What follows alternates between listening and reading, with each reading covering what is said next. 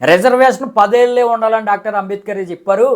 మరి 10 ఏళ్ళు మించి ఎందుకు కొనసాగిస్తున్నారు అనే విధంగా ఈ మనువాదులు అయితే సర్క్యులేట్ చేస్తూ ఉంటారు వాట్సాప్ యూనివర్సిటీల్లో. రిజర్వేషన్ 10 సంవత్సరాలే ఉండాలని చెప్పింది రాజకీయ రిజర్వేషన్లకి.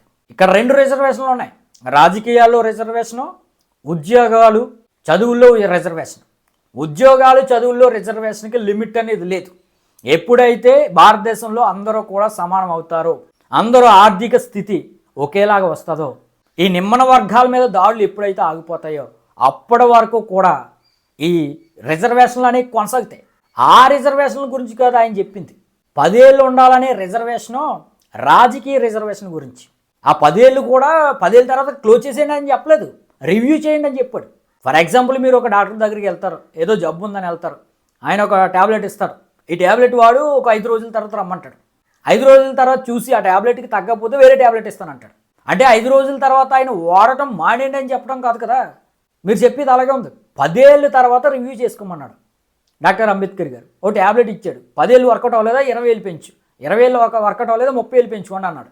అది రాజకీయ రిజర్వేషన్ కోసం, ఈ ఉద్యోగాలు చదువుల్లో రిజర్వేషన్ కోసం కాదు.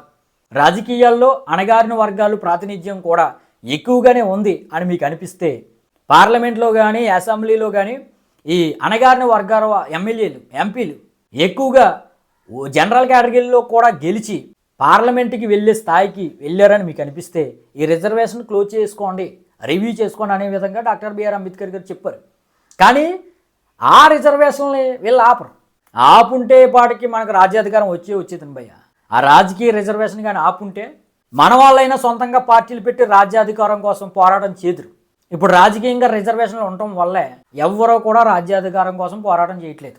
ఆ రిజర్వ్డ్ స్థానాల కోసమే కొట్లాడుకుంటున్నారు. అంతేగాని ఇది అన్ని రిజర్వేషన్ల గురించి కాదన్న. మీకు తెలియకపోతే డాక్టర్ విశ్వధరం మహారాజు లాంటి వాళ్ళ దగ్గరికి వెళ్ళి 30 సంవత్సరాలు ఎందుకు 30 రోజులు ఆయన దగ్గరికి వెళ్తే ఏ విధంగా సొంత రాజ్యాన్ని ఏర్పాటు చేసుకోవాలో ఆయన చెప్తాడు. ఆ ప్రయత్నాలు ఏదో చేయండి అన్న.